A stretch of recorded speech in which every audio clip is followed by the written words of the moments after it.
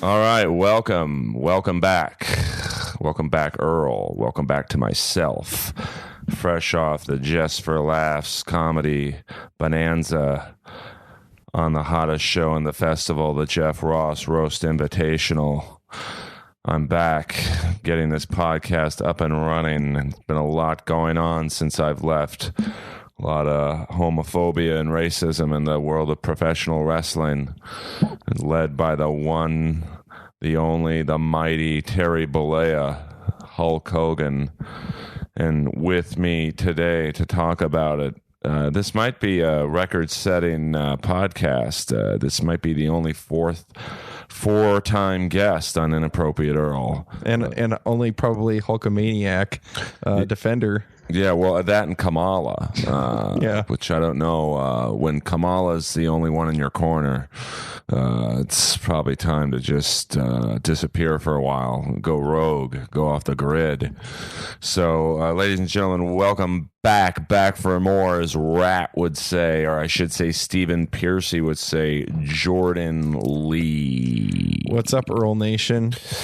Just trying to get the podcast back. We took about 2 weeks off just because I was in Montreal. And what better way to bring it back? Oh, it was great. The first time, it was my first time at the festival, and it's crazy. Even if you're not a comic or a performer, to go to Just for Laughs is something everyone should do at least once in your life. You've got every big name comic in the world in a 1 mile square radius. Right, and you got to perform like multiple nights, right? It wasn't just a one night shot. No, it's 5 straight sold out shows. It was the Jeff Ross Roast Invitational. We had many amazing comics from all over the globe, from Jimmy Parr to Tony Hinchcliffe, Joe DeRosa, Sarah Tiana, Tom Ballard, really funny gay comic from Australia. There you go, bringing that kind of stuff up. No, he was. He's the one who beat Tony. So that shows you how good of a roaster he is. Yeah. And then Jimmy took home the title against Matthew Broussard. Okay. Yeah, Jimmy's I saw that. amazing. Yeah, I don't know any of his work, but I saw that he won that, so... I'd never heard of him before, to be honest with you, but he's got like 5 million followers on Twitter. Do you know where he's based out of? The UK, I think. Okay. And he's just amazing. I don't think any LA roaster could beat him. Wow. Because he's got like this... Was he using stock stuff, or was he doing his homework, original. looking up... was he looking up history about the people? Was he doing that kind of work, or was he just coming off of like physical appearance both type jokes? He was very... it was a hard format because it was like 16 roasters, 8 matches, and then so it was like the NCAA tournament. But the next night, if you won, and Tony and Sarah Tiana, to mention those two, they're pretty seasoned at that. I mean, they've been writing for the roast, they've been performing in the roast battle, so saying a lot for this guy. Ashley Barnhill, who's one of the young rising stars of the LA roast battle. She was in it too, and Kay Trevor, the very funny Canadian comic. He was one of the rising stars up there at this show. And but Jimmy Carr is he's an animal. And then not to be outdone, Terry Bollea sticks his foot in the ring. Oh, it was great because I think that happened the second night we were up there, and me and Whitney Rice playing the house racist or haters. We go back and forth. That was great news for us. We came out to the Hulk Hogan theme song, I think the third night, and got a big laugh. Well, it is such a Hulk Hogan thing to have to try and one up whatever's going on in the world, isn't it? Yeah, I mean, I think they should bring him back and for WrestleMania 32. And, well, dude, as if they're not gonna. Come on, this is smoke and mirrors. Yeah, but they should have him do a battle royal, like a Royal Rumble type, with every black wrestler on the roster. Everybody you ever fought? Yeah, just bring them all back. Bring every black wrestler that's alive. That ain't many of them. No, you'd probably bring SD Jones and his brother, Kamala. Coco Beware. You could wheel Kamala down the ramp and put him on one of those jet packs where he just like fly into the ring. Yeah. And, who else? Well, I think Bad News Brown is dead. Ron Simmons, Butch Reed, Coco Beware. Mabel.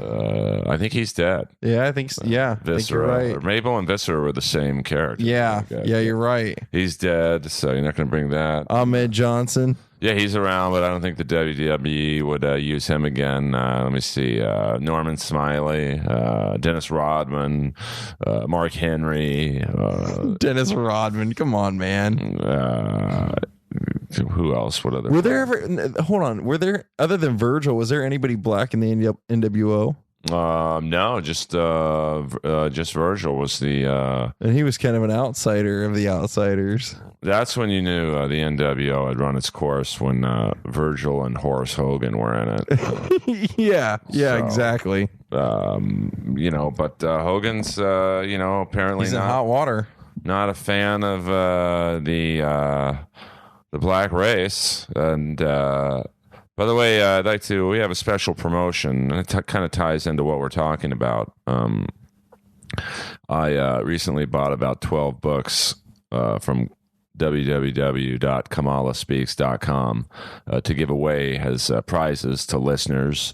And if you can tweet me. Not only are they books, Earl, we've discovered they are signed books. Yeah, autograph. I thought he autographed. He gave me 2 autographed pictures, and then I bought 12 books from him because he gets 100% of the profits, and it helps him with his medical costs, which is substantial because he has no legs. And maybe the WWE can put him in a match with Hornswoggle or something. And that little Mexican luchador, he's pretty funny actually, but I don't really know his name. But we're gonna do a special promotion. Our first trivia contest on Inappropriate Earl is what 2 episodes of Inappropriate Earl was the N-word set in, and they're very spread out. So I'm gonna force all of you to listen to all 72 episodes. And or I'll even do you have enough listeners that you feel confident that this will? Oh yeah, I get about 2,000 downloads a week, which that's good. It's not a lot. I mean, when you hear I think it's Rogan, a lot considering how many podcasts there are out there to be found, Yeah, I mean, like Rogan gets like 100,000 plus. I think Piper gets like at least 50,000 a week when he has a new episode out. So 2,000. It's not the most, but I think whenever I go on SoundCloud and check other podcasts, unless they're celebrity podcasts, seem to get better numbers. So I can't wait to see what your fans from the Roddy Piper podcast have to say about this being your first contest. This might Got be some real haters on there. Oh yeah, they're out of their minds. I mean, you go on the YouTube comments, on the Periscope for Piper's Pit Pod, and one guy's like, "All you do is racial jokes. You're costing Piper, fans." And that's horseshit, man. I listen to those, and you're fucking great. But I don't do racial jokes. No, in fact, I think one of my favorite jokes that you've done recently was when you guys had the great Lanny Poffo, the genius, on there, and you said something. He said that he'd never done an angle with Hogan, and you said, was it because you couldn't think up anything that rhymed with Hogan, you piece of shit? And you got a pretty good laugh out of him, which meant a lot to me to make Lanny Poffo laugh. Oh yeah, he was actually a really nice guy, and but the N-word has been said on 2 episodes of Inappropriate Earl. Well, and one you might guess who it is because it was a recent one, but there was one I'd say about 30 or 40 episodes ago where and I'll give you a hint. A white gentleman said it thinking that I would edit it out, but I don't edit this podcast. They probably don't know how. No, I actually do know how to edit. I had one particular guest want me to edit out like 7 things, and I did it. So I think it compromises the honesty of your podcast when you do that. Well, I mean, it's not like I'm getting people to, say homophobic or racist stuff on the podcast. Hey, well, okay, this ties in with the Hogan thing, man. Is that doing a podcast is kind of like what Hogan did. It's you're saying things, you're just out there saying things, and sometimes you don't think them through before you say them, or sometimes you don't realize that they're ever going to be heard by anybody else. You know, which is totally what happened to him. This is not news that Hogan is kind of a piece of shit, or Terry Bollea. Let's say Terry Bollea, because this is kind of where I'm having a problem, is that I view Hulk Hogan as a character. Hulk Hogan was a character with the WWF and the WWE that helped build a brand and basically represented one thing. Racism. Well, dude, but he didn't. If you look at the good that he's done, it far outweighs the bad that he's done. I mean, I kind of equate it, and I know a lot of people probably say it's bullshit, but I equate it to like the Michael Richards thing, where it's like that was his best set ever. Right. Well, you don't have to hate Kramer because you hate Michael Richards. You don't have to hate. You don't have to go, oh, he's not my favorite character on Seinfeld anymore because he's a racist, possibly in real life or probably in real life. Hogan's been known. I mean, this is not news. What Ultimate Warrior did a 2-hour shoot video and all the complaints and bitches that he has about Hulk Hogan as a person and Hulk Hogan as a character, or Terry Bollea. He keeps bringing that up. So they are differences. It's just unfortunate that Terry Bollea makes himself so, he has to be out there doing so much stuff that he puts himself in the position to put his foot in his mouth like this. Well, I mean, by the way, that Ultimate Warrior rant is the greatest. How this thing didn't break the internet, I'll never know. I know, it is pretty miraculous, dude. I mean, it's basically an hour straight of Warrior interviewing himself. Didn't take a break, no edits, no pauses. And he kept it real, man. Yeah, he sure did. For an hour straight. He says, he outlines on there how just what a two-faced, basic con man that Hulk Hogan is. And, dude, I don't think we're breaking any walls here by letting people know that these are guys who are actors, who are characters doing a physical performance art. And I mean, to think that Hulk Hogan should be removed completely from the organization, taken out of the Hall of Fame for this. I mean, this was something that was, I think this was the part of the stolen sex video, wasn't this? This was audio from that was leaked, that was under court protection. So it was meant for nobody to be heard. But dude, I come from Ohio, and you grew up, you're older than me even. I mean, I knew a lot of people that used that word growing up, but I wouldn't necessarily say that they were awful people. They're just ignorant people that grew up with people older than them that used it out of ignorance. And it's just one of those things that hasn't died off because people keep saying it on every race. Every race is using that word. I've heard Latinos, I hear black people use it. I hear white people use it. As long as people are using it, it's going to be out there floating around.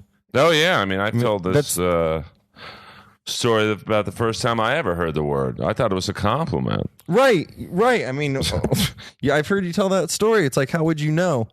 It was said so willy-nilly. And I knew people the same way. People you would meet. You could be out fishing and you'd meet somebody and they'd throw that word around. And you're like, Jesus. But it was just a different time.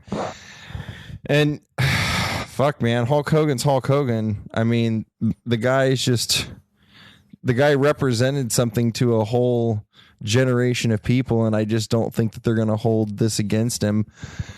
Yeah, but it was pretty hard. Oh, dude, it was terrible. But I also equate it to people that burn the flag.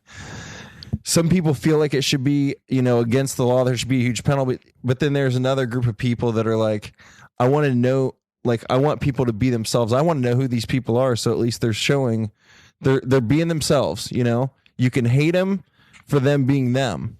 I would rather them be them than to be phony and pretend that they're, some person that is out there loving everybody. If you hate a group of people, by God, then if he's going to make it known, or if people want to feel that way, then we should all know it, so we know not to be around them if we're not like that. Yeah, but when you're in an industry that revolves around sponsors, I mean, totally. And dude, he should have been gone a long time ago. Well, they've been keeping him around. He's in what part of Tough Enough right now? Not anymore. Well, no, he's not. But every single WrestleMania, what was it, 2 WrestleManias ago, he fucked up the name of the arena that they were performing in. He also fucked up Sting's performance. Well, that's what I was going to say next. If it wasn't bad enough that he fucked up 2 years ago, then he fucks up Sting's thing this year. It's like, it's Vince's fault. He keeps making the guy a centerpiece for the entire corporation. Maybe Sting set him up. Maybe Sting leaked the recording. You think so? You think this is all part of a grand plan? It was a screw job by Sting. I think Quiznos set up Jared. I think it was all a Sting. Pardon the pun. Get it? A Sting. Jesus Christ. So, who knows, man? But, what a surprise that someone who looks like Hulk Hogan would say the N-word. Well, dude, I mean... Brother. Here's the funny thing about the guy. He's exploited black people his whole career. That whole industry has. Well, that's the thing, is that how are you going to be such a hypocrite like WWE when they were the ones broadcasting this, having Roddy Piper busting Jimmy Snuka over the head with coconuts and, all that stuff back then was racist. It all was. I remember all of it. And even Kamala said in... Kamala speaks. Yeah, in some interview I heard, he was saying there's a point where Hulk Hogan comes up to him and goes, "Man, I sure hope you're getting your pockets filled with our gigs, because I sure am." And he's like, "I wasn't making anything." Hogan's pulling in $20,000 a night for our Broadways or what? Well, I mean, Kamala wasn't doing any Broadways, but I think Kamala said the most he made at like a Madison Square Garden show was like, $10,000, and then Hogan would be making like 50. Yeah, exactly. It was never a fair cut. And also, to be a black wrestler, especially back then in the 80s. Every black wrestler they had was a stereotype. And I mean, Jesus, every ethnic wrestler they had was a stereotype. Oh, yeah. Even the white wrestlers, they turned into black wrestlers like Akeem. John Cena. Yeah, John Cena. By the way, if you think wrestling's fake, watch John Cena get his nose broken. Oh, no shit. This past Monday on Raw. With, Seth Rollins? By Seth Rollins. That's, wrestling might be scripted, but it's physical, man. Seeing if you pussies listening to this podcast take a Seth Rollins knee and continue the match and do it well. I mean, I don't like John Cena and his wigger shtick, but, Hey, man, those guys are on 24/7. I mean, if you think about it, they really have to be in character from the time they leave their hotel to the time they go back to their hotel if they want to be any good at all. You got to live that character. Well, but I mean, this clip is, I never saw this clip before, but because of what Hogan said, everyone started airing this clip where... the Booker T thing? No, another one where John Cena's like in the back warming up or something, and just out of camera frame is Booker T and Sharmell, and Vince McMahon comes up and goes, almost talking like Akeem to John Cena, "What it be, bro? What up, my nigga?" And whoa, John Cena looks at him like, "What?" And then the camera goes to Booker T, and his eyes are bugging out of his head, going, "Tell me he didn't just say that." So, I mean, this is the order of the company. See, dude, it's the hypocrisy. That's what pisses me off. To me, this makes WWE look worse than Hulk Hogan in my eyes, because Hulk Hogan saying that, I assume that everybody has said that. I mean, I was talking to Mr. C and Cliff up at the outside the Belly Room. Two Comedy Store fans. And black gentlemen. And I made the comment of, "Hey, I wonder if I'm allowed to wear my Hulkamania shirt around here." And the comment out of both of them was, "Fuck, man, I'd wear that shirt around here." Oh yeah. So they have no problem with it. I mean, they said the same thing. They're like, "Hey man, he's just being honest about the way he feels. At least I know now." He didn't say he didn't want his daughter to sleep with all of them. He just said, no. He said he wanted her to sleep with the ones making the money. Yeah, an 8-foot. Yeah. So, I mean, who wouldn't want their daughter to sleep with an 8-foot black person? If I had a daughter, I certainly wouldn't mind it. That sex tape, I'm more offended by that sex tape than his use of the N-word. Plus, you got to remember at that time, the guys pretty much his whole world was in turmoil. Wasn't that when his son was in prison? His wife was taking everything. The guy was probably just as paranoid as fucking could be, and that brings out the worst in everyone. I mean, yeah, his wife was fucking some guy who looked like him, and he's seen on TMZ lathering up his daughter, putting suntan lotion by her butthole or something. I don't know what was going on there. You sure that wasn't an angle?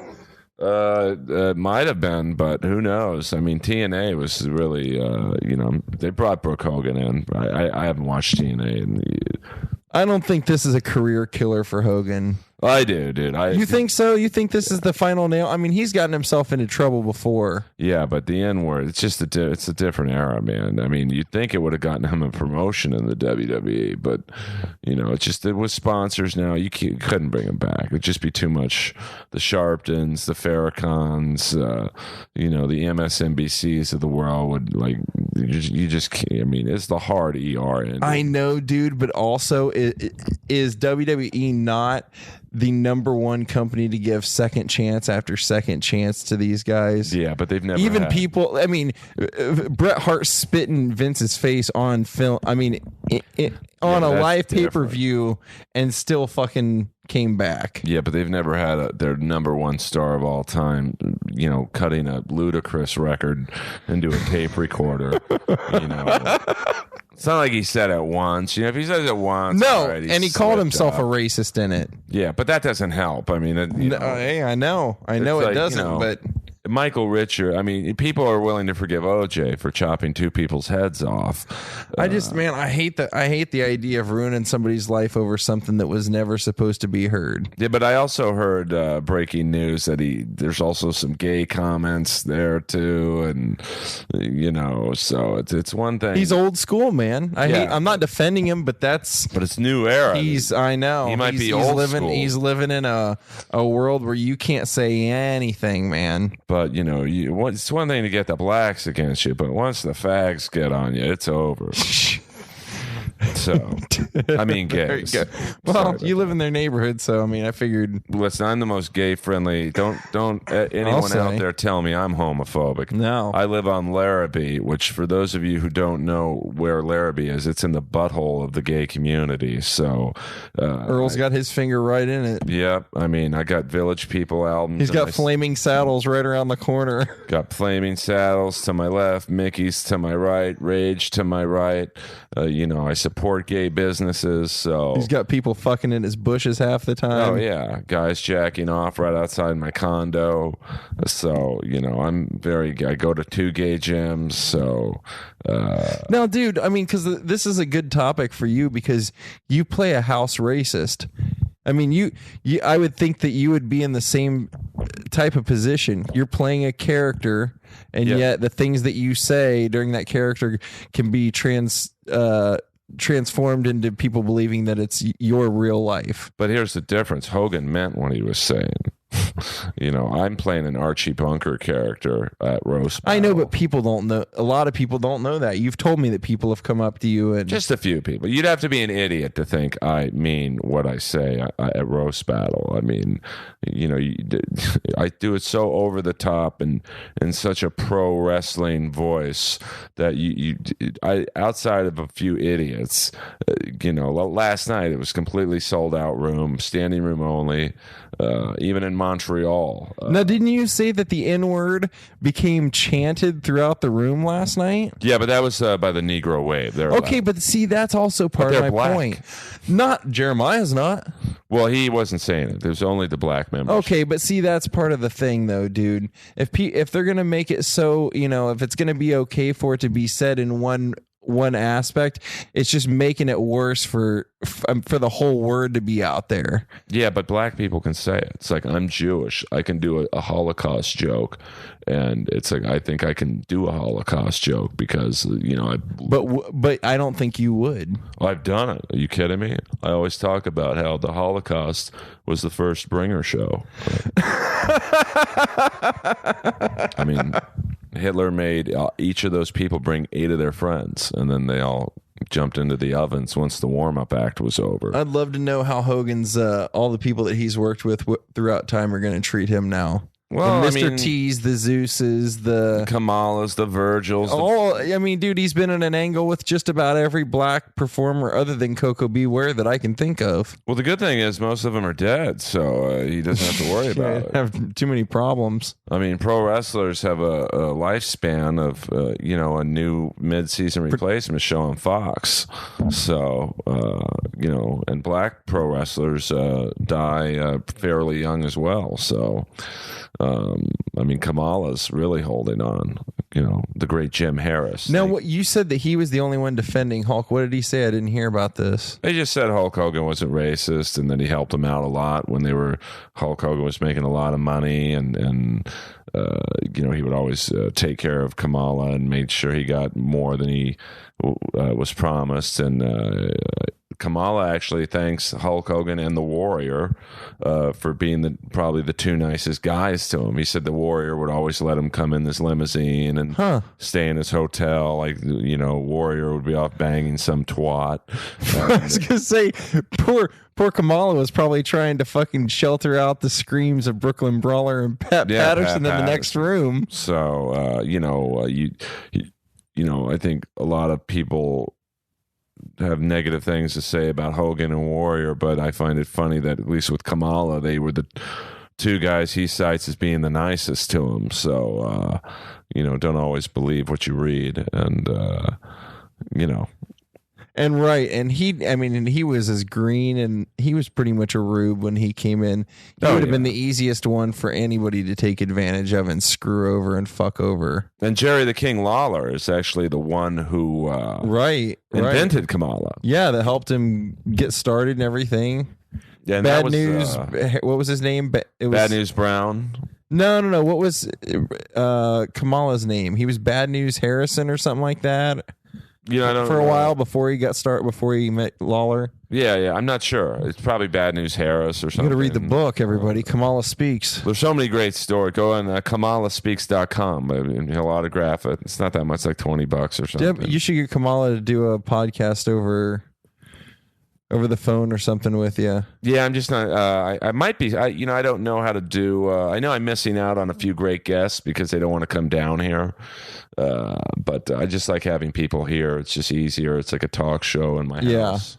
So, well, he might be a little difficult to get in here, but I still think he'd be a great guest. Oh, he'd be awesome. I mean, he'd keep it real. And I know there's a couple rock and rollers who said they would do it, but they don't want to come here. But so I miss a few guests here and there. But I got a guy from Hell's Kitchen coming on next week. So what, like one of the judges? Or no, one of the chefs. Josh Travato, who was he was like the obnoxious big Italian guy from previous season. I guess this last season. I saw him at the Comedy Store one night on the stage, and I'm like, did you watch that show? You know I love Hell's Kitchen. I was an eater on Hell's Kitchen one season. No shit. Yeah, it's all right. The food kind of sucked, but I mean, it's like, of course the food's that's probably like your biggest credit. Of course, biggest it is. IMDb credit. Of course, the food sucks. You're getting it cooked by chefs who are actors and line cooks at Tenderloin Grill in Pomona. So of course it's BW3's shitty food. Not sponsored. I'd rather get a meal by Kamala at Abdullah's Abdullah the Butcher at his place in Atlanta. Abdullah's Ribs. Another guy Hogan had an angle with. Guy, dude, he's had an angle with just literally like, I think Hogan's he's that kind of racist where he's like, I'll let you in my car, but not in my house. Yeah. Just you can share my locker room and drink my beer, but you can't rape my daughter or unless you're 8 foot and make unless you make $1 billion apparently. Well, I don't know a lot of 8 foot black people, but I'm sure Hulk Hogan's. I think Lamar Odom's available now. But he's not quite 8 feet, so we're going to have to... Maybe Hulk Hogan should start a new dating website. I don't know, call it where 8footblackpeoplemeet.com. Hogan match. Yeah, Hogan blackpeoplemeet.com who are over 8 feet. Someone register that domain. So... I'll be curious to see what happens to his legacy out of all this. Well, I should have went on eBay and looked around just to see if the prices of his stuff have dropped or if there's a ton of stuff more for sale, people dumping it, or I'm just curious as to how the fans are reacting to it. Well, of course. Because, the first thing I thought was, oh, shit, I can't wait till Monday when Stone Cold, Jim Ross, all these guys put up their weekly podcast and they talk about it. Well, lo and behold, guess what? None of them talked about it. Of course, because they've all probably said the word as much as Hogan. Well, not only that, but they've probably all got the WWE stranglehold. Yeah, that's the great thing about this podcast. Stone Cold's the cover of the new video game, and yet they've pulled Hogan completely from the game now. Are you telling me Stone Cold's never said the N-word? A guy from Texas? Oh, I can't imagine he would have. Especially in Stunning Steve Austin. Exactly. In WCW, when they probably paired him with, Ron Simmons. I love how the WWE, they're so fucking hypocritical. They are instructing security guards at all house shows to take away any Hulk Hogan signs or any Hulk Hogan t-shirts. You have to turn them inside out or they give you a t-shirt of like Roman Reigns or something, but they'll still let the crowd yell faggot, Yeah, and yet they'll still let that Axel guy have his Axelmania shirts that are a direct ripoff of the logo of Hulkamania. Yeah. That shit's still around. I mean, it's just like... And, they fire Hulk Hogan for being racist. And, I've talked about... Yep, they had the Junkyard Dog. They had Slick, Kamala, I think Abdullah the Butcher was in WWE. If there's... I mean, you've said it before, but you're absolutely right. There couldn't have been more of an insensitive company when it comes to race, gender. They're just... I mean, they're the most sexist, racist company that's probably ever been... putting out anything on television as far as the entertainment business, and they're the ones that want to distance themselves from Hogan. It's like the fans too are just as racist. I was watching the Billy and Chuck gay wedding clip, and like just as they're about to get married, Billy Gunn is like, well, I'm not gay, and then the whole crowd erupts. Like it was the worst thing in the world if he actually was gay. And so and how they treat women and gay characters, black characters, Mexican characters, right? midgets. Yeah, they were. Well, dude, think about this. I was watching an old wrestling show on the network the other day, and fucking Jesse the Body Ventura was calling Tito Santana a taco head. Oh yeah, I mean come on, that's not racist. Watch some of those, and Jesse Ventura coming out in the ring in a Plato's Retreat shirt, which was like a kind of an underground gay sex club in New York. Jesus. And like, I mean, there's so many racist and divisive characters they've had. Eugene playing a mentally retarded Eric Bischoff's cousin.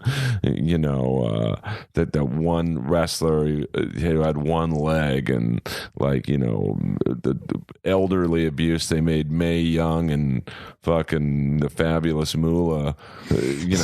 Have Mark Henry put his hand in her pussy, and like, she gave birth to a hand. Yeah, oh my God, what is that? And Pat Patterson letting him run around for 30 years backstage. Do you remember when they did the transgender match or whatever, where him and Briscoe were dressed up like ladies doing a drag fight?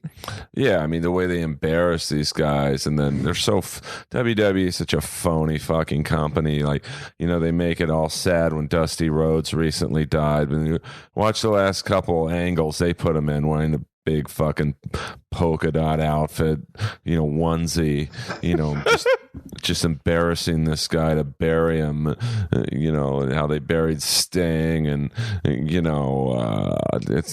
insane, so to fire Hogan for being racist when probably every guy on the roster has said the N-word multiple times. It's going to be an interesting scramble by that company now to find a face for it, because they can't. I don't know if they can go to The Rock for it, because he's doing too much other shit. You don't need to come. What are they going to go, Cena, or are they going to go I think people are tired of Cena, but that's what I figure. But I mean, who?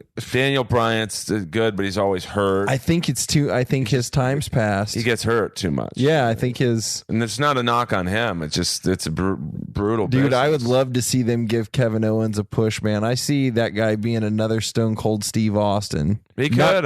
Not quite as much of not quite as over the top as Stone Cold, but I think he's got that villain factor that people just love. I love him, man. I mean, he's one of the few people out there wrestling that I actually believe and get excited when I watch him. I feel like the guy is like really into doing what he's doing. Oh yeah, he's great, and they got Samoa Joe in NXT, but dude, another guy they've just fucking held back forever. He's been buried for so long in TNA. It's like, I don't know if he can recover from that. He's the one that everybody's calling for. They'd love to see Undertaker have a. Yeah, well, they got to hurry with the Undertaker. I mean, he's got. Dude, he was looking pretty old when he came out there and that last. What was it? The one the other night, Battleground or whatever. Yeah, Battleground. But dude, when those lights went on, I was like, he looks like. I mean, it's like watching Clint Eastwood. It's like you want to look at him and think he's still cool, but you're going, dude, I'm afraid when he tries to pick up Lesnar, his arm's gonna break off. But he picked him up twice. I know, dude. He's just going so slow. I know he's always worked slow, but now he just looks old and methodical. Well, that's why they got to put him in there against Sting, because it's two slow guys who will look fast working with each other. But then who wins that one? Do you want to see Sting go down again? They're not going to. They got to have Sting win at SummerSlam, and you build him up a little bit, and then, I don't know. They'll find some way to fuck up that storyline. But he'd be the perfect guy to bring into things right now. Yeah, they could make the history more about Sting or about whatever. Kind of forget about Hogan or. Yeah. I mean, Flair. Flair says they keep telling him to go in for physicals. And Flair's too old, man. I know. Well, not as far as wrestling, but I mean, you'll start seeing him at Raw and shit like that more often now. What they should do is have Flair and Sting come in. You have Sting wrestle and dude, that would be great. Steamboat come in. Yeah, well, no, I don't know about Steamboat. I don't think enough people care about him. But like that, yeah, but that was that was so historic. Some of that stuff, the Sting, Flair. Yeah, but I mean, enough people Steamboat. know who Sting is. Where like, okay, like at his WrestleMania match with Triple H, like, young people kind of got into him. They're like, okay, this guy's pretty good. And then they ruined the match with those fucking geriatrics running in or walking in. It's just horrible. It's horrible. I'm still mad about that. Not one person has been able to explain to me why Sting should have lost at WrestleMania. Dude, I've never, it's horrible. I didn't understand anything about that. I didn't understand why Shawn Michaels was down there. I didn't understand any of that stuff. That I liked, actually. I thought, okay, if you take out the run-ins with, well, they were just trying to make it the Click versus NWO. But it made no sense. But I know, because Sting was never a part of either one of them. Sting, for not one day on Earth, was ever aligned with the NWO Black and White. Not one day. Him, DDP, and Goldberg. All three of those guys were those were the three that I would have expected to see, involved with Sting, if anybody. Well, that's what they should have done. What they should have done is you act like the NWO's there to save Sting from the DX, and then they turn on him too. And then, you couldn't have the lights go out because, they're outdoors, but I don't know. Yeah, and they were doing this thing during the fucking broad daylight. Yeah, I mean, you have the lights go out as much as you can there, and then Goldberg comes down, cleans house, and puts. I don't think we'll ever see Goldberg. Yeah, but they fucking hate. I mean, Triple H. I've seen that guy on numerous things just bury Goldberg when he's brought up. $500,000. It's worth it. Then they're so fucking stupid, and you talk about what's best for business. Triple H. I know, right? What's best for business is these young fucking fans, the probably 9 years old to say, 25 to 30, who don't know who Sting is. You have him beat you. They're like, who's this guy who just beat Triple H? I want to buy his DVDs. I want to buy his But t-shirts. You're right, dude. They got to fix the hair. They got to make him look fucking cool. Well, that's going to be tough. He's either got to shave it or he's got to, there's nothing you can do. Well, look at what Warrior did. Warrior just shaved it off and then put the makeup on and went at it that way. Maybe he goes back to Surfer Sting. By the way, dude, I just wanted to offer my condolences about Laura Donna because she was on the podcast and told some really great Warrior stories that we would have never heard otherwise if you wouldn't have had her on. And Yeah, if you don't know what Jordan is talking about, let me see what episode she was on. I think it was 17. My friend Lori Adana Nessie, you might have known her as the legal diva. She was on the Sundance. She was actually episode 15. She was a week ago today. Was killed by allegedly by her husband, boyfriend. I guess they weren't married. Who I met several times. They seem like a perfect couple. But I'm not trying to bump up the numbers for the episode, but if she was killed last Wednesday, she was episode 15 of Inappropriate. She was an awesome person. And, how did you find out? I went on. I was in Montreal, at the festival, and I think I went online to research. Montreal jokes, local references, and it's all over the news and. It's what a bummer, man. They seem like the perfect couple. 2 dogs, cats, kid Rocco, who I had met a few times, and then I don't know what happened. I mean, you got a brief look. Sounds like a WWE angle to me, man. Yeah, no, she was no rationale to it.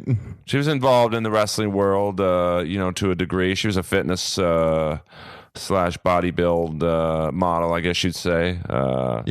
And she had to tell the great story. I'm forgetting the gist of it, but she met Warrior, and I think Warrior was, trying in a gym, I think. Yeah. I think it was at a Gold's Gym somewhere back east, actually. And, they might have gone on a few dates or something, but she was always a fan, and he gave her... I think if you go on my Instagram or Facebook, I'm not sure which... she has I think it's Instagram. There's a great picture of her wearing a jacket Warrior gave her, denim jacket. But she was, she'll be missed, and she's great lady. So, I hope she is in a better place, and I hope if Robert Reagan did it, he,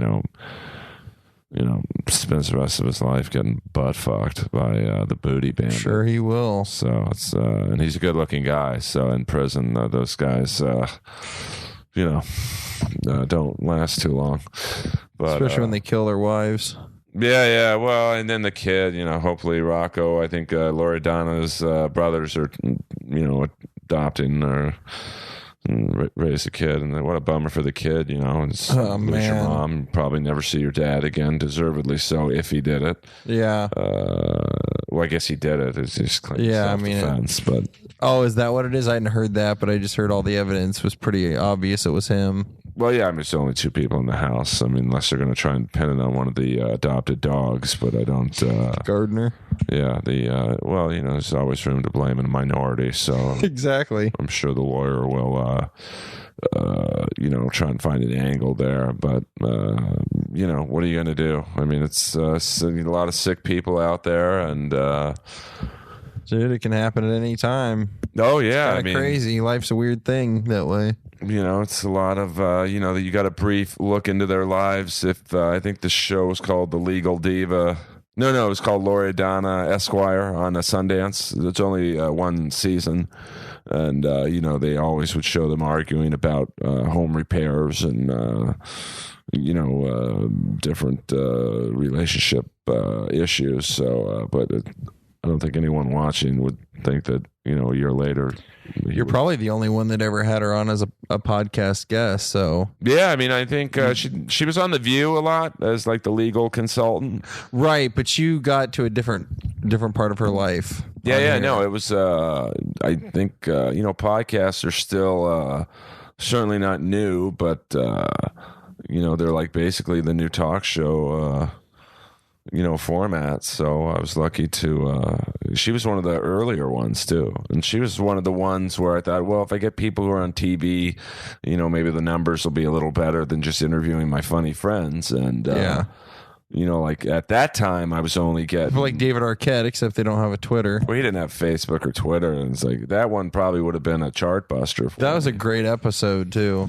Oh, he was great. But then, Loredana was probably the first one that, of a TV personality I had on the show. It was like, oh my God, she got basically 5 times the numbers of anyone else I've had on. And then she was really the genesis of me going after, bigger name guests, wrestlers. And, well, dude, now you can get Hogan on here because he's going to have free time. Probably would. That would, I got a few wacky guest ideas that I thought, fuck, I'm just going to start asking these big celebrities. I think you should, man. I've never understood what the holdup is with some of the connections that you have that you could have people on here.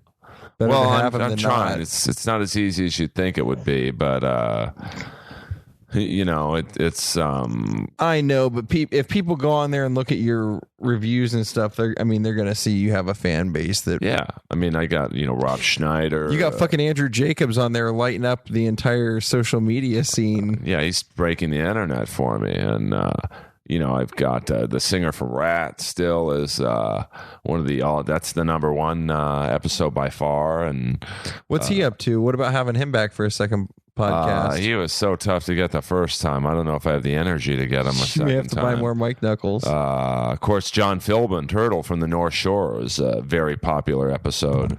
I'd love for you to have the guy from that does your theme song back. Oh, Stevie Rochelle. Yeah, that was a great episode. Oh, he's great. He was, I'm trying to get more guys from the scene. I got, I'm trying to think, Steve Stevens from Billy Idol said he would do it, but they're on tour in the UK. That would be awesome. One. Well, because he's been around for like 40 years. Well, he used to live, doesn't he now or did live in Japan and like was doing music for like playing with Japanese artists and stuff too? I don't think so. I know David Lee Roth lives in Japan. I know, but I thought I'll have to look it up. I thought for sure he was there because I thought he played guitar on like some Japanese girl band's record or something. It's possible. I obviously I would ask him about Billy Idol and Vince Neil and some of the outside rock records he did. He did a great flamenco record. Oh yeah. That if I didn't tell you who it was and just said listen to this, you'd be like, wow, this guy's amazing. But then if I showed you a picture of him, this is the guy who did that record, oh my God, this guy looks like a Jersey Shore housewife. Yeah, he does. But, I want to talk to him about, he was the guitar player on Peter Criss's first solo record after Kiss. Oh, yeah, I'd love to know what that was like. That had to be insane because, the record company was telling Peter Criss, you don't need Kiss anymore. You'll be a bigger band than Kiss will. And so I'm sure he told everyone in the band, hey, this is the next Kiss.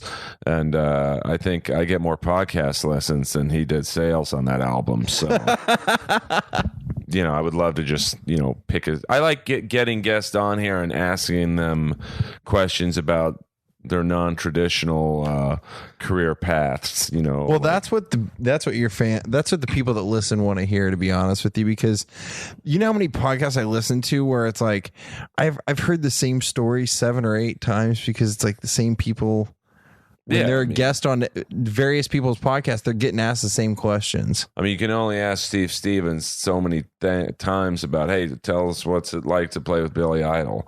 Yeah, exactly. What's it like what was Vince Neil like when you tell left us about Billy Flamenco Idol? Go-Go. Yeah, Flamenco Go-Go. Tell us about that. Tell us about the records you did with Levin and Terry Bozzio.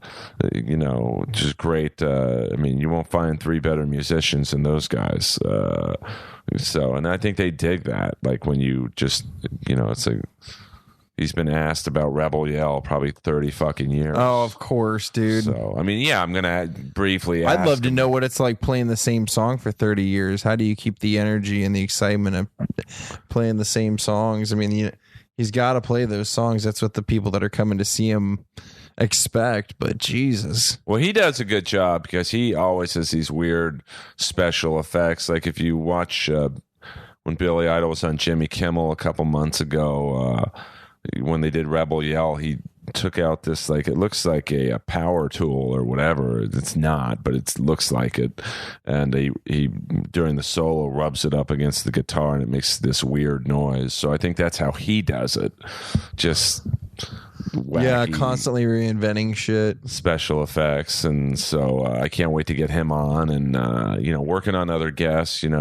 Piper's coming in this Friday. Yeah, that's going to be an interesting podcast. Yeah, I mean, like you and I are taking the approach of being two fans, giving our opinions, but he was there. Well, and he's going to be interesting because he knows Hogan as a man, and he also has known him as an opponent. You know what I mean? Being where he's had years of hating the guy, and then he's also had years of going like, look, now we're both old men, we're both father. Piper's big on that. I noticed that a lot.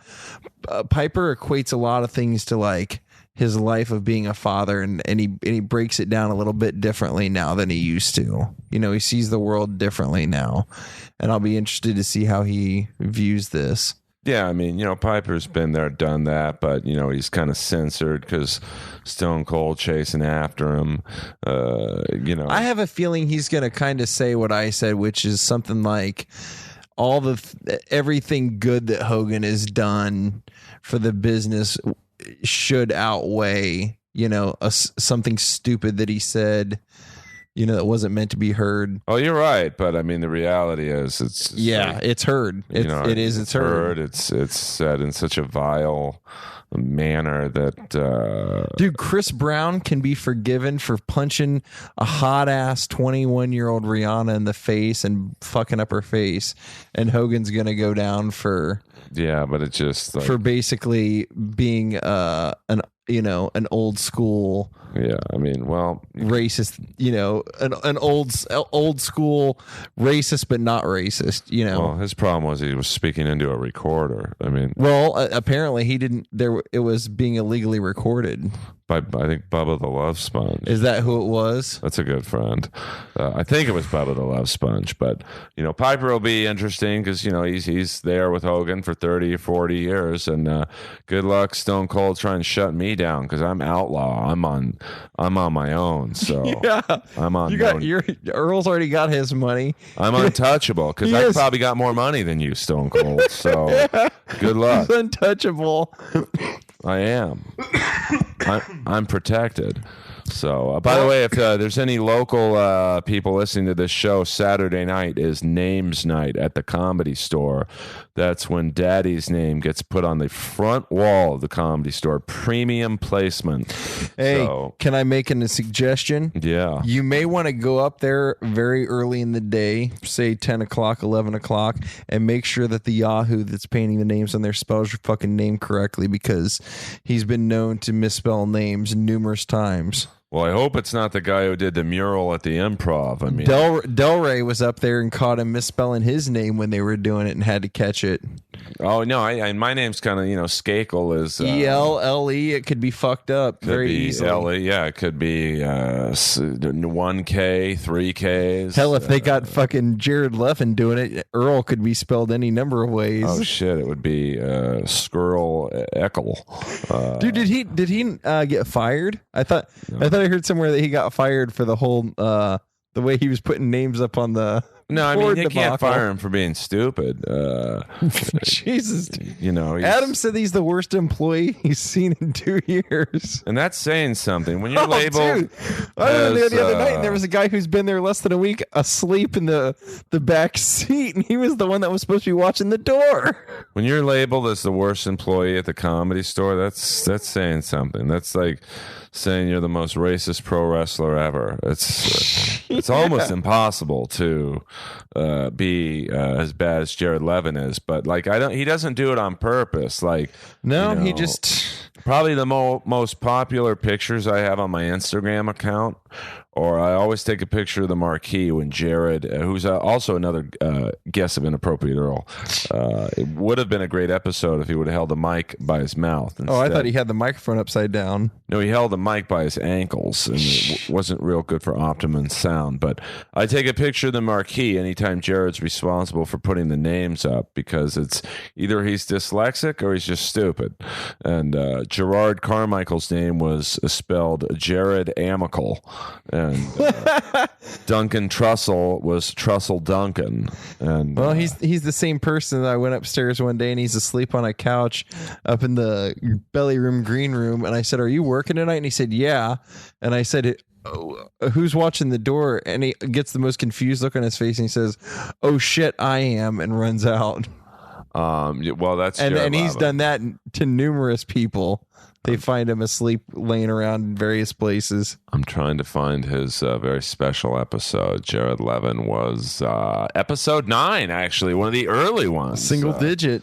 Clocking in at let's see, just under an hour. That's when he got used by the homeless girl. I couldn't take anymore. And check out episode 7, Don Fry, and just a little prep work for a big UFC card this week. Ronda Rousey fighting Beth Correia. She'd be a great one for you to have on here. Yeah, she strikes me as the type that would do it. I think she would. I actually know one of her best friends, but it's like, wow, how hit her after the fight.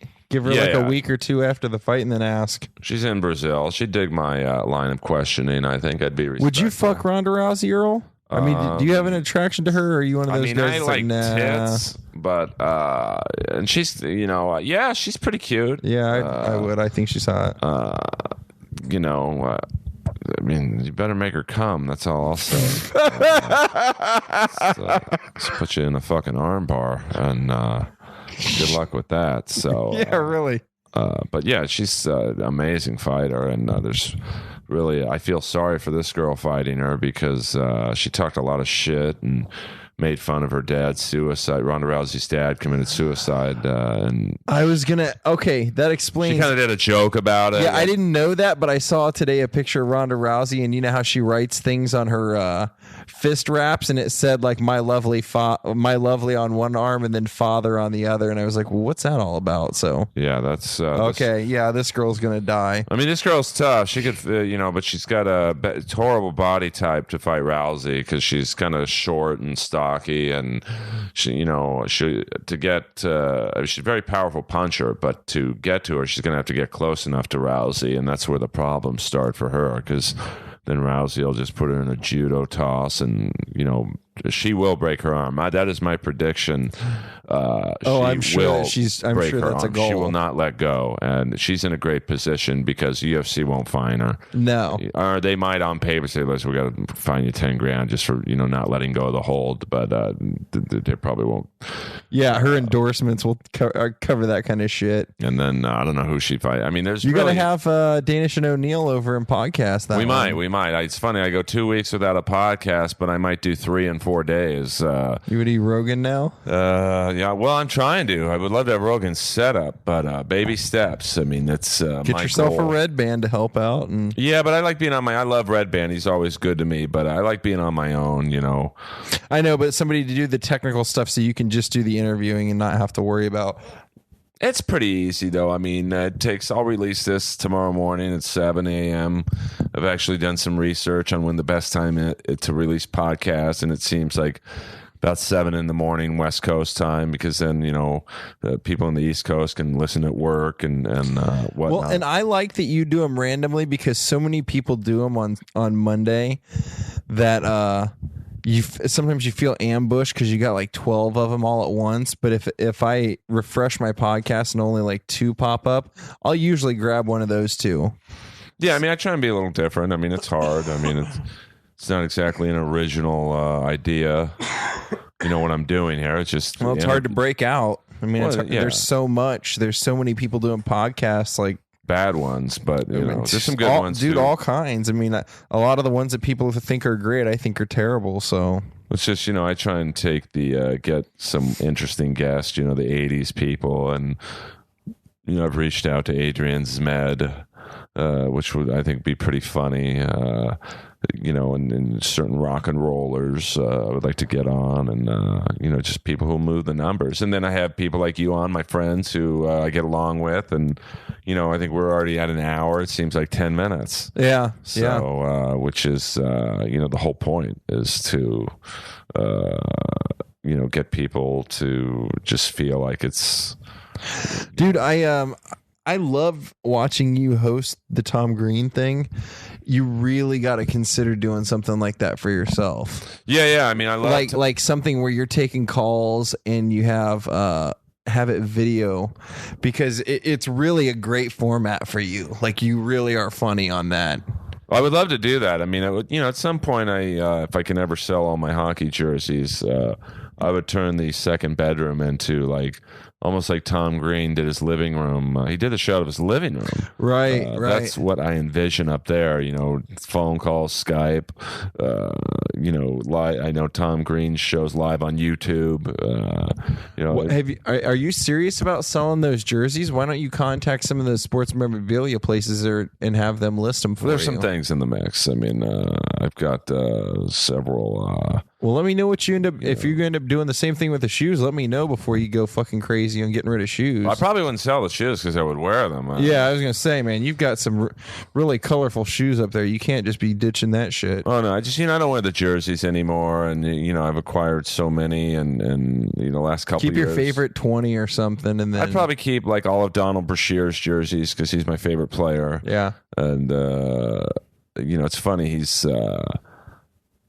he's probably one of the most hated fighters in the last 20 years because he was kind of cocky and wasn't he the big fighter? He was a big black dude that the guy got whacked over the head with a stick by McSorley, and then don't tell Hogan. He was like, yeah, I don't think Hulk Hogan would be a fan. Put him in an angle. I'm guessing Hogan wouldn't be a fan of Donald Brashear or George. I'm guessing he would if he thought he could make some money out of it. Oh, I don't think if the only way Hogan could come back in wrestling is if Jeff Jarrett's promotion, which is desperate for attention, Mr. America, would hire him. He'd come back as Mr. America with the blue blazer mask on. Remember when he had that gimmick going? Yeah, it's awful. I mean, maybe he could say he's the owner of African American apparel. And, oh shit! It's like, hey, Carlos. Maybe this is just a ruse, man. Maybe this is just a old Carlos for the NWA Herrera movie. That's a Carlos Herrera joke, by the way, that he shops at African American apparel. It's Carlos Herrera, the first guest of Inappropriate Earl. Where the fuck's he been, man? He's been on the scene. He was the very first guest on Inappropriate Earl way back. I'm going to look it up when we did that. Way back. When was that very first episode? Probably a year and a half ago. Maybe, I can't get my computer to work here.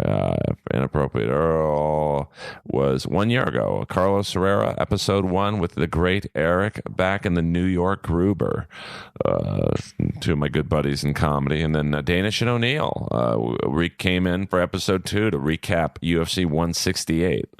So we're just cranking them out here. Inappropriate Earl. And, doing the best we can. And Jeff Richards will come back. He was one of the early guests. And trying to get there's a deleted episode that is on this laptop, but it wasn't really recorded well with the great Jason Galern. Jason Galern. Oh, dude, one of my favorite people. Actually, the very first guest on Inappropriate Earl. Yeah, he's such a funny dude. Him and Jason Washington, who was a Comedy Store doorman who got into porn after the comedy career didn't really work out. Casualty of the Comedy Store. I'm going to have to get them to come back. Definitely Jason. I don't know if Washington would come back because he had to take 8 buses that day to get here. But it was a great episode. I take it the porn career's working out quite like the comedy career. I think he's on Bang Brothers and stuff like that. I mean, I don't know what a porn star is these days. It's certainly they don't certainly make them like they used to. The Ron Jeremys, the Jamie they don't Gillises, last very long, do they? The Herschel Savages, the TT Boys, the Tom Byrons, Max. Jesus, Hardcore. Man, for somebody that doesn't watch porn, you sure as hell can list off the entire Hall of Fame roster. Lexington Steele, Vince Foyer, Mr. Marcus, Michael J. Cox. Yeah, Michael J. Cox, very good. He was in the Secret of My Excess, and who else? I mean, too many. I know more of the guys than Jeff Stryker, the gay porn star. Randy West. Yeah. Oh, I love Randy West. I would love to. I tried to get Jenna Jameson to come on, and she didn't say no, but she didn't exactly say yes either. I think the guys are more interesting to talk to than the women. But Jenna Jameson's she's like the Wayne Gretzky of female porn stars. I mean, there's her, and then there's everybody else, and I just think her career, being married to Tito Ortiz, and that's true. Just a great, being in Howard Stern's movie. I mean, not many porn stars can transcend into real films. I mean, Tracy Lords is Dude, certainly... She looks like shit now, though. She didn't even. Oh yeah, look she like looks herself. like Bret Michaels. Yeah, she just didn't even. She used to have such a pretty face, man. It's like Ugh. Well, I've yet to see plastic surgery work for anyone. It never works. Always makes you look like too plastic. Yeah, just don't do it. Just, I mean, maybe good tit job. You can, go get a facial or something. I mean, just do the skin tightening, but not. You don't have to go the route of actually pulling shit, removing shit. She was actually implanting shit. Really pretty when she was a little chunky. You end up looking like Gene Simmons when you're done. Yeah, he looks ridiculous. Paul Stanley, I don't like how he looks with all. He looks like he's in a wind tunnel.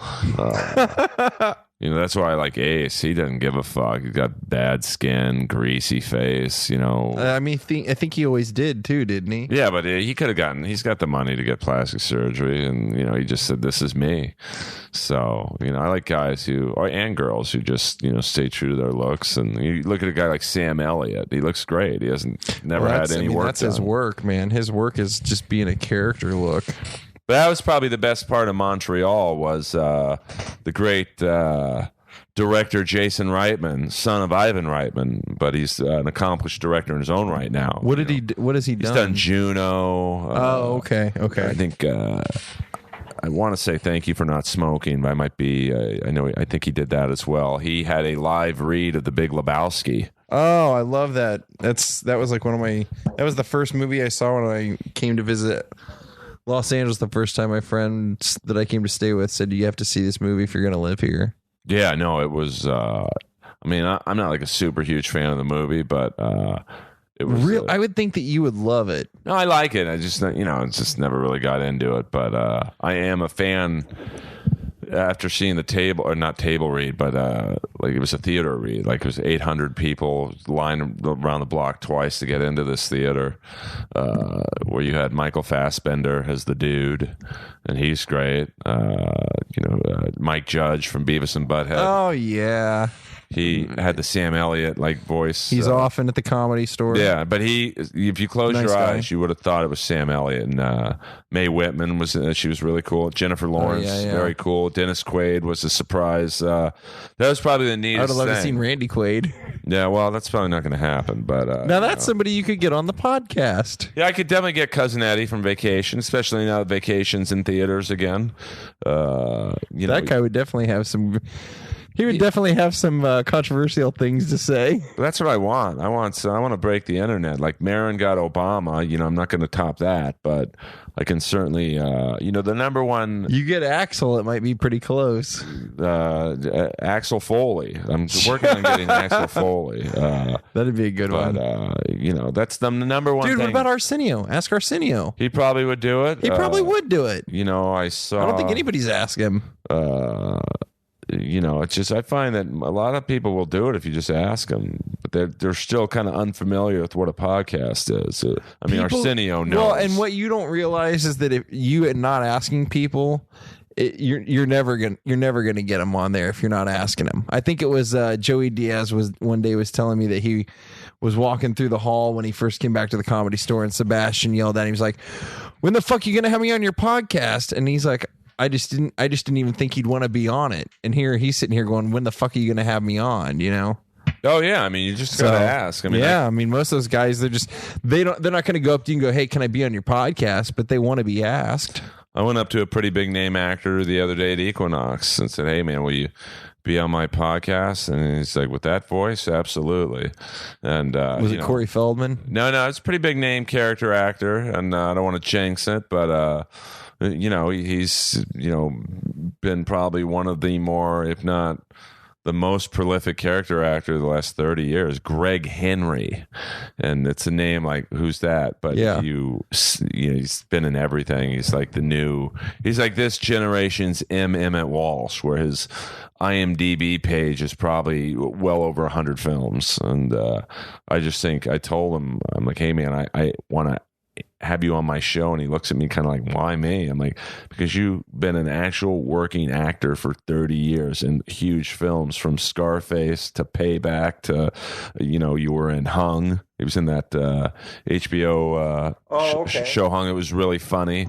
And I just like, you don't really, hear from people like him, like he's close to being a star, but he's, gets a second, like a star that you don't know the name. Yeah. Like in Hung, he was the coach, like the assistant coach, and it was great. That was a great show, man. But, who'd have guessed that you'd like a show about dick? But a guy with a huge dick, just and that was the guy, Thomas Jane. I had no idea that was the guy from Boogie Nights. Like because he looks different than he was in Boogie Nights, and I never knew his name from Boogie Nights. But he was awesome in that, and so I'm trying to get these guests. It's not as easy as people think. But I try and ask people who want the attention. Like I thought Adrian Zmed, this guy hasn't been on a talk show in 20 years, but it's it's kind of a struggle. But we're going back and forth, and that's a guy. What a fascinating interview he would be. His first two films are like, he's in Bachelor Party with Tom Hanks, and then Grease 2 with Michelle Pfeiffer, and then he's takes over from Denny Terrio on Dance Fever. Well, dude, there's another guy that I really think that you should have on here. A couple of years ago, a buddy of mine lived in this fucking slum apartment over on the corner of Vine and Lexington, where that Taco Bell is. Right.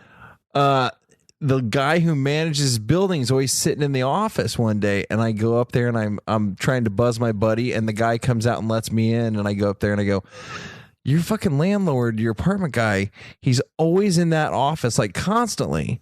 You ever wonder like what the fuck that guy's story is? And he goes, oh, dude, he's famous. And I go, what do you mean he's famous? He goes, oh, look him up on IMDb, or he goes, look him up on Wikipedia. He says his name's Joe D'Alessandro. This fucking guy was Andy Warhol's, like the star of all of Andy Warhol's movies. He was the dick pic from Rolling Stone Sticky Fingers. Like that was his photo with the zipper. Oh wow. He was on the cover of the first Smiths album. He was in he's the little Joe mentioned in Walk on the Wild Side by Lou Reed. I mean, this guy, and he told me the story. He goes, basically what happened was he got paid in drugs. Like Andy Warhol just paid him in like cocaine and drugs and shit while they were around. Never really any money. So when they quit making the movies, he got offered to go to Italy, and he made movies for like 10 years. His mom lived in that building he manages now, and she was sick. So he came back just to like get her taken care of and stuff. The manager was moving out and said, hey, I got to find somebody to manage this place. Do you know anybody? And he starts doing the math in his head, and he's like, I could just retire now and live here and do this, and I'd never have to work again. And that's what he's done.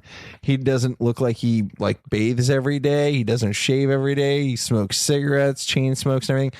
But this dude used to be, he's known as like the first gay sex symbol, but he wasn't gay.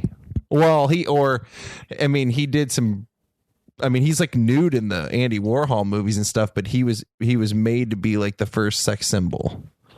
This dude's literally like a few blocks away. It's crazy. Oh, yeah. I'll interview anybody. Oh yeah, this guy's, he was in that what was Crybaby, the Johnny Depp movie that John Waters directed. Was that the one about Divine? No, that was Pink Flamingos. Oh, okay. But I think I'd know my gay history more. yeah, you'd think so. I'd really like to get his RuPaul. Dude, she is around here. I used to work at the Tower Records on Hollywood Boulevard, and he used to come in there all the time in his his man clothes and stuff, and he was extremely nice and witty. He would really be a great guest. Yeah, I'm trying to get some of the cast. He'd be a great guest. He's got a pretty big history, and then I'm trying to go after reality TV stars. Because they have followings. Alex Phillips, man. Alex Phillips, great friend of Get mine. him in here. That guy's really interesting. He's an interesting dude. But he won one of those MTV reality shows. I have my sights set on right now some of the cast of Vanderpump Rules. What the fuck's that? That's that show on E about the Pump and Sir restaurants in West Hollywood, and it's just it's like the Jersey Shore, but based around West Hollywood, and that sounds exactly like the kind of thing that you'd be into. Yeah, but you got to get they have followings. Did you interview the guy that works down at the dick pill store? Yeah, I got to get people who move numbers. Yeah, it's true. Yeah, that's Wes. true. That, by the way, that's Wes Ferran at N101 in West Hollywood. If you are local to the scene and you want to look as good as I do, Hot and I Rod 5000. challenge any of you filthy animals to find a 46-year-old with the body and dick I have. Natural, never a steroid in my life, and I got girls who are teenagers wanting to make love. Now to listen, me. Earl Skakel has turned down more pussy than most of you have even seen in your life. I've forgotten more about pussy than all you guys listening have gotten, so don't worry about me. I'm doing all right for myself, even though I've had sex with girls younger than my nieces. So you just Jesus Christ. Put that in your peace But pipe. not as nieces. Let's be Put clear that in on your that. peace pipe and smoke it. You degenerates. It's the perks of stand-up comedy. It's the way it is. Become good at something. I think that's why most people become stand-up comics. Well, I did it because I'm good at it, but can always get better though. Can always get better. So That's true. But come Saturday night, if you're local, Comedy Store Names Night, it's a big deal. It's you basically. Are you doing a set that night as well? Yep. Everyone who got passed will get sets. Tom Green will be there. Eric Myers, Candace Thompson. Dude, he's really funny. Yeah, no, he's a great guy. I saw him for the first time, and he was really fucking funny. Rumors of a Rob Schneider appearance. He might be there. Probably David Spade. I think he's going up on the wall. He's getting David Spade will be going up on the wall. Rob Schneider, Tom Green. Make sure you got a copy of the dick pic for all of them. I think Donnell Rawlins, very funny guy. Is Hannibal already on the wall? Or is he's on the wall already. Okay, last year then. So should be an amazing lineup. That's probably a good way to end it on a positive note. Yeah. Do you got anything you want to plug? No. In about an hour, it's my birthday. Other than that, Oh, really? Other than that, I got really nothing. Yeah, where are you going to spend your birthday? At the Comedy Store? I'll go. I think I'm going to go there tonight. I got to work for a few hours tomorrow, and then I have an audition tomorrow. What's the audition for? It's for a commercial. But you can't say that. Yeah. Well, I don't, dude. Now commercials, you kind of don't know. A lot of times I get called in for shit that has a make believe name or whatever, and then once you book it and you show up on set, then you find out it's like a Google commercial or something, Apple shit like that. So I don't know exactly yet. I just know my agent sent me the tag to go in for it. So I just had a call back for a Plan B commercial where I played the creepy cab driver. So, dude, you'll book that for sure. Well, my friend was running it, but that shows you the business. I didn't get it. So, well, literally, my friend was running the audition, and that's this Hollywood business for is you. insane. Up and comers, man. I had a call back the other day for a series of commercials with Kevin Nealon, and they'll be played a lot. Well, yeah, I mean, he's in everything. I think it's for some Comcast cable or some cable company or whatever. And it was the greatest audition I've ever had in my life. In 20 years of auditioning, I thought, there's no way I didn't book this. I mean, it was, how you get a call back, there's like 5-6 people in the room instead of just the one camera guy. Yeah. When you first you're down to the heavies. You're down to like the producers, probably the couple writers, the directors, advertising people that, whoever. There's like 6-7 people in the room. And then there's a partition behind them of probably the big boss man. The money people. It's the people throwing the money at this project usually. And I was doing so well at one point, the guy walked around the partition. I was like, what's going on in here? Because they were all cracking up. I thought there's no way I'm not at least going to get avails for this commercial. Yeah, of course. And avails, for those of you not familiar with commercial or casting process in movies as well. Just one more blue ball step. Yeah. You get put on avails, and that's when they're basically saying we're either picking you or 2 other people, but we have to make sure you're available for next week. And I didn't even get put on avails for this. So it's a crazy business, but I would love to get some of that national commercial money so I can. Me too, man. I did sign up for a new class that's going to help with that kind of shit, just with auditioning and It's the guy that used to cast MASH for like fucking 10 seasons or whatever. He's taught it for years. And when I met Drew Carey years ago, actually it was like 2 years ago, he recommended me take this class. And then I saw this class on Tough Enough. They sent all the wrestlers from Tough Enough to this guy to learn how to bring out their characters. So I was like, okay, I'm going to check this out. And went and did like an introductory class, and it sounds awesome. So I'm taking like a 4-day class from this guy in like 3 weeks. So hopefully that'll help with the auditioning process, just finding out how to present yourself a little better or whatever. I mean, I don't know. I don't really believe in classes for commercials because it's such a visual look. I mean, commercials are all visual. It is, but kind of what this one is it's more about like figuring out how other people see you and making the impression you want in the room in like that 3 minutes that you have. You know, like one of his things, he's like, some people like, what are people's first impression of you and how is it different than who you really are? And then how do you bring across who you really are in the audition room when this person that's first meeting you is seeing, you know, like if somebody looked at you and just goes, okay, I see a guy with glasses and short hair, so he's probably like into computers and shit, but you're not into computers at all. You know, you're a rocker, you're into comedy. So it's kind of more one of those like how to bring across your personality in the room quicker and just that kind of shit. Oh yeah, I mean, it's a tax write-off, you know. I mean, you know, I don't even think they know what they're looking for. It's just when they see they it, don't. like, they don't. But casting directors sometimes when they see that you've taken certain classes, they go, well, at least this guy knows what he's doing because he's taking the right classes. So I'll at least check him out once or twice or whatever. For me, it's just getting in the room. I just got to meet these people and get in the room and, you know, differentiate myself from the rest of these ham and eggers. Ham and what? Ham and eggers. Oh, eggers. We're gonna have to have I know this is the Hogan podcast. We're gonna Ham have and to Brothers. Have a new contest. Name 3 episodes of which the N-word was said on the show. But where can people find you on Twitter? I'm at Jordan the Lion. Jordan the Lion. Pretty much across the board. Instagram, Facebook, Periscope. Facebook, you're just Jordan Lee, right? Yeah, I'm Jordan Lee. Are there like a zillion Jordan Lees or? Well, dude, when I first got into music and put out my first record, we found out very shortly that there was a Jordan Lee who was the anal queen porn star of the internet. So what made you switch from that to music?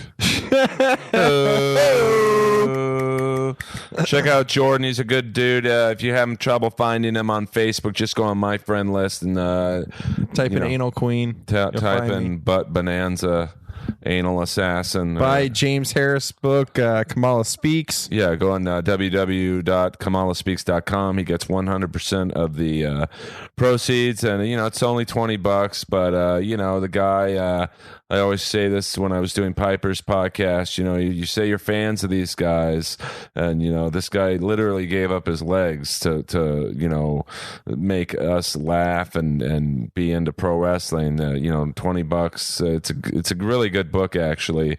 It's very detailed oriented. Like it's probably 400 pages of great stories, and, you know, it's a sad. Go listen to his music. Guy makes music, too. Push It.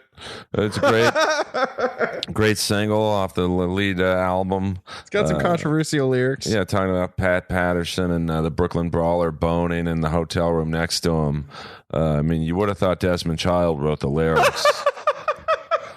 But yeah, support Kamala. You know, cut a check to the NAACP in Hulk Hogan's name, and we'll be back Friday with hopefully Friday with Rowdy Roddy Piper and get his views on Hogan and you know his feud with Stone Cold Steve Austin and the whole you know podcast being canceled or taken down. That's one I would have loved to have been a part of. We were on Earwolf for I think 2 episodes. And that you know something went down there, so you know, dude, he can go on All Things Comedy.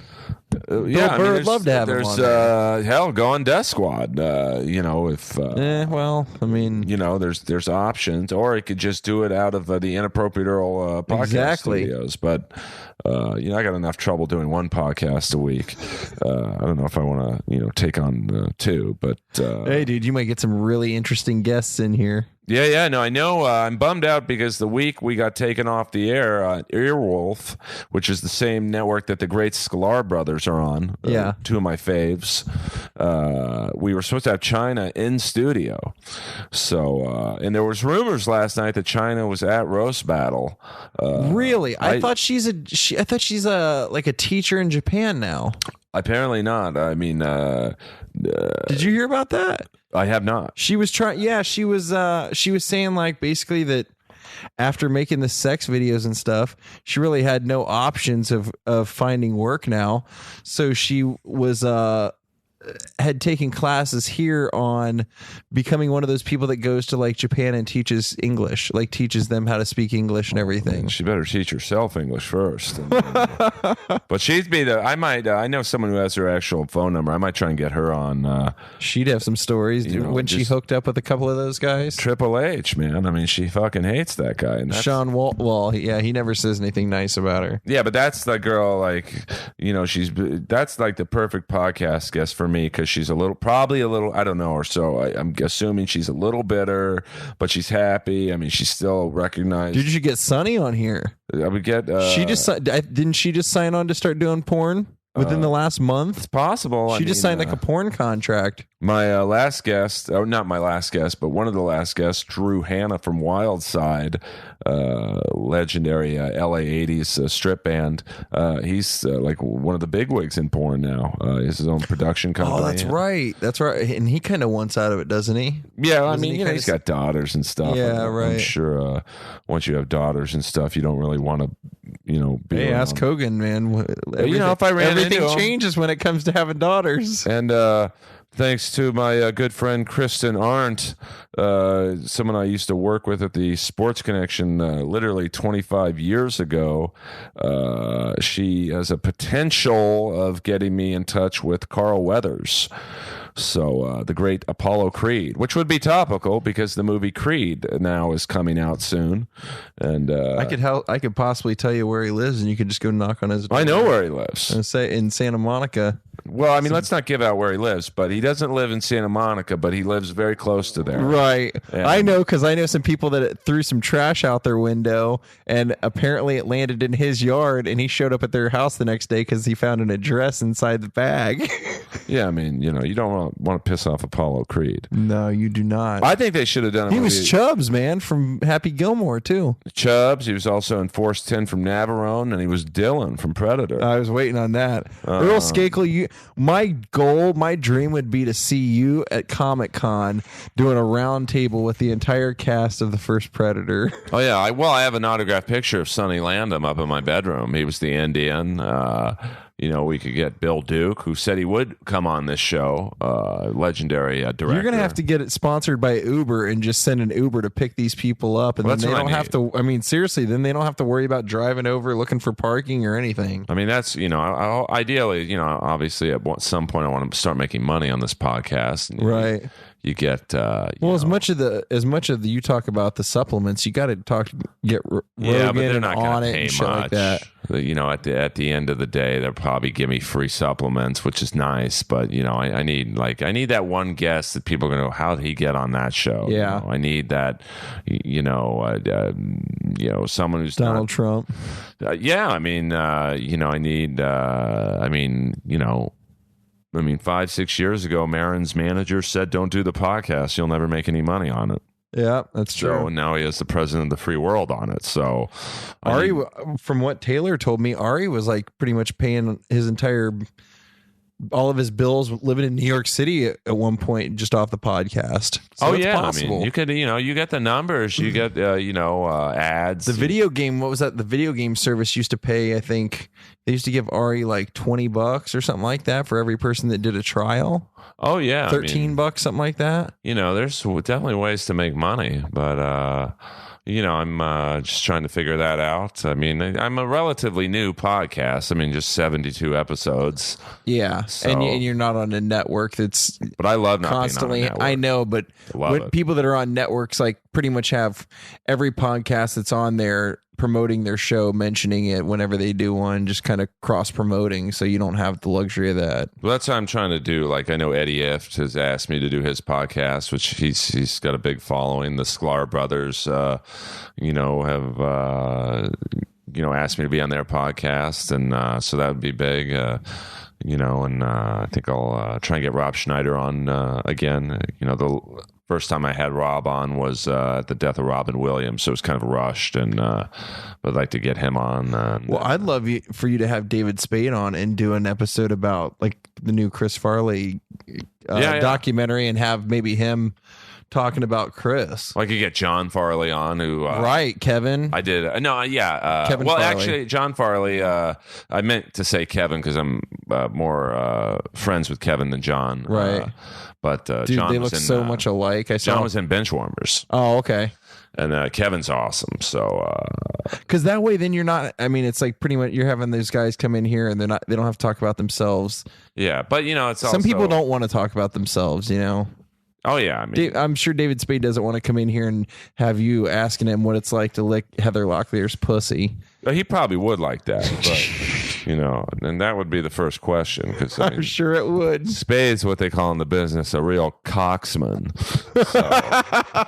And I'm trying to get D'Elia on. D'Elia said he would do it. Brent Morin said he would do it, and they're cool guys. I got to Ron Funches would be good. He likes wrestling. Funches and shit. would be He's a funny great. I probably should have brought my recorder with me to Montreal, but it's so crazy. I thought you were going to, because you said you were going to do a handful of podcasts. It's so crazy there. After our show was the last show of the night, so everyone would come to our show. Chappelle, and the writer of The Hangover, and Mike Judge, and then you go out to these after parties, and you have to go to them. Right. Yeah, it's part of the being seen shit. There wasn't one night you could say, I'm tired tonight. You be tired some other night, man. That's what you're there for, to meet people. I mean, I did more networking in 5 nights than literally 10 years. Did you feel like Whitney?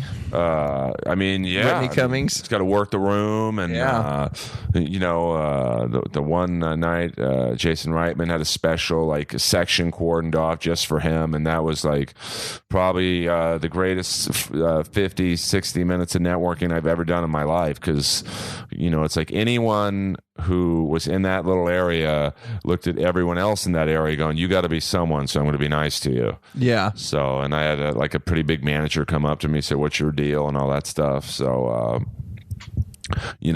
hopefully something will come of that. I'm sure it will. You're not lacking in talent. It's just exposure. Yeah, that's talent means nothing in this business. That's true. That's definitely true. It's I've always said, and I've said it many times before on this show, I wish I could be the talent coordinator at a late night talk show to get my funny friends on TV, because I would put up just as impressive as a comic as any TV comic you see going. But the world. I was really excited when At Midnight came out, because I thought that's what it would be, and it just it feels like it just turns into the same 20 comics over and over again that they have on there. Like but it's great if you're one of those 20 comics, right? If you're a Nerd Melt comic, it's perfect. But if you're it's the same thing. A comedy store guy, you're probably going to get overlooked unless you're on Comedy Central in some way. It's the same thing with like Chelsea lately. It's like, I tried a few times, and not very hard, but I did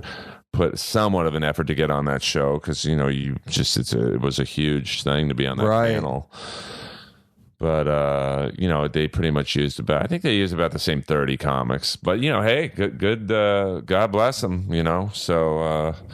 But if a show like Roast Battle or the Roast Invitational, I'm not sure what it's called anymore, just for various reasons. If that gets on TV, I think things will pick up for me. But we'll see what happens. But are you still doing the animated show? Yeah, I'm doing the last episode, I think this week, of the Jellies, Tyler Creator's a cartoon series that's just on his app at Golf Media. So if you want to hear me, I think it gets released in August, but there is I think you have to have a subscription to that. It's $5 a month, but he has so much stuff on. I almost said shit, but I didn't want to say that kind of sounds derogatory. Yeah. He has so much stuff on for $5 a month. If you're a fan of his, it's worth it. He's got the Jellies, the cartoon series coming in August. He's got other media on there, his music, and so hopefully, I think that. They haven't really told me what the plan is per se, but I think it's to put it out on the app and then maybe find a home for it on a larger platform. Are they full episodes? Are they 15 minutes or 30? 30s? Full. I don't exactly know how long they are, but they're not 5-minute episodes. They're okay. Full on big time episodes, and I think I'm the only one who's in every episode because I'm the dad. Yeah. Which became apart from the roast battle. I was talking shit to Tyler, the creator.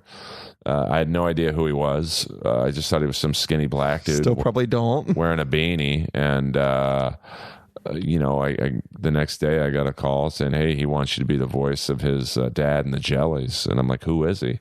And I looked him up on Twitter. God, this guy's got like 3 million followers. And... yeah, he's big time. He's huge. He's got clothing. So he's like the new P. Diddy. He's got clothing, exactly. Clothing lines, music lines, phone apps, multiple shows. I think on Adult Swim. Fuck yeah! Now he's got Notorious Earl in his corner. Hopefully, it's a really funny show. So it's about his dysfunctional family of jellyfish, and. They have some big guest star. They're trying to line up some big voiceover guest stars for it, which would be great. I can't say who, but it'd be pretty neat if they got who they are trying to get. And so look for that. Tyler, the creator. Follow him on Twitter and follow me. It's Facebook, Twitter, Instagram. It's just Earl Skakel, Skakel. And of course, listen to this podcast, please, on iTunes and SoundCloud. Retweet it and favorite if you can. It helps.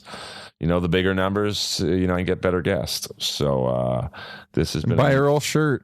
I don't have a shirt to buy, to be honest with you. Then get on Earl to buy it, to make a shirt. I know Pro Wrestling Tees, you can actually, they do everything. It's where I bought 2 of Kamala's shirts.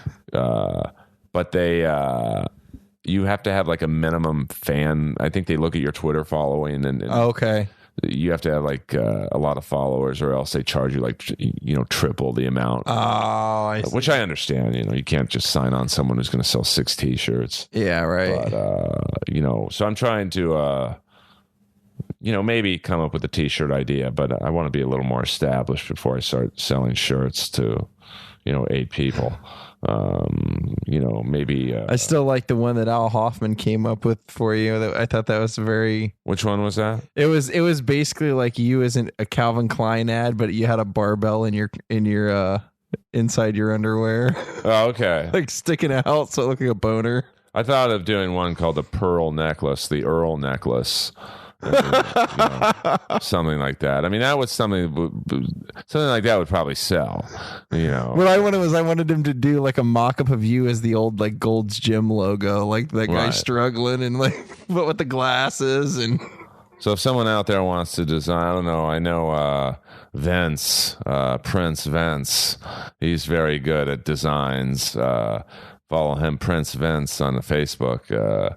He always comes up with some funny memes, I guess you'd call them, of me, and puts me in like pictures with Rat, and it's like that picture of the happy traveler, like they show that guy on top of Tower 2 waving on 9/11 with the plane about to crash into the building.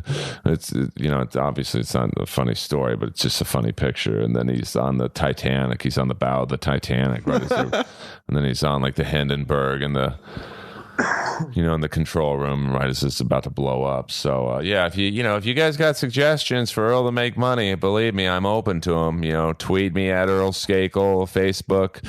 I'm not at my limit on my personal page, and don't buy my album Earl Alive on iTunes because I don't get the money anymore. I don't know where the money goes for that anymore. So I have people tweet me all the time, hey, I really liked your album on iTunes. I'm like, oh fuck, yeah. I didn't renew with TuneCore, so I literally don't know where that money goes. So I think I sold like 100 copies of it. It wasn't the best album. I'm happy of the material on the album, but I forgot to face the recorder to the audience. So Is that what it is? You literally... I was wondering. It's a kind of weird recording. My voice sounds killer, but it still sounds better than some of Stephen Piercy's early Rat recordings, which sounded like they were recorded through a running faucet. But, I love Stephen Piercy, the most downloaded episode by far of Inappropriate Earl. So go on, it's not his page, but support his product, the only sponsor of Inappropriate Earl, at Mike Knuckles on Twitter. That's MIC Knuckles. And if you're a comic or a musician or any job where you have to hold a mic, there's like 80 different styles of Mike Knuckles. They look cool. And as always, thank you to Stevie Rochelle, the purveyor of metalsludge.tv and singer of the band Tough. He provides the soundtrack, the music to Inappropriate Earl, and he has since day one. And yes, I do advertise on Metal Sludge, but he's a good friend and a great rocker, still keeping the 80s alive on that site. So support metalsludge.tv. And this has been a great episode of Inappropriate Earl, a good episode to get my feet wet again back in the podcasting game. So thank you to Jordan Lee. And, guys, just try and get the word out about this podcast. Rowdy Roddy Piper coming out Friday. Hulk Hogan, brother.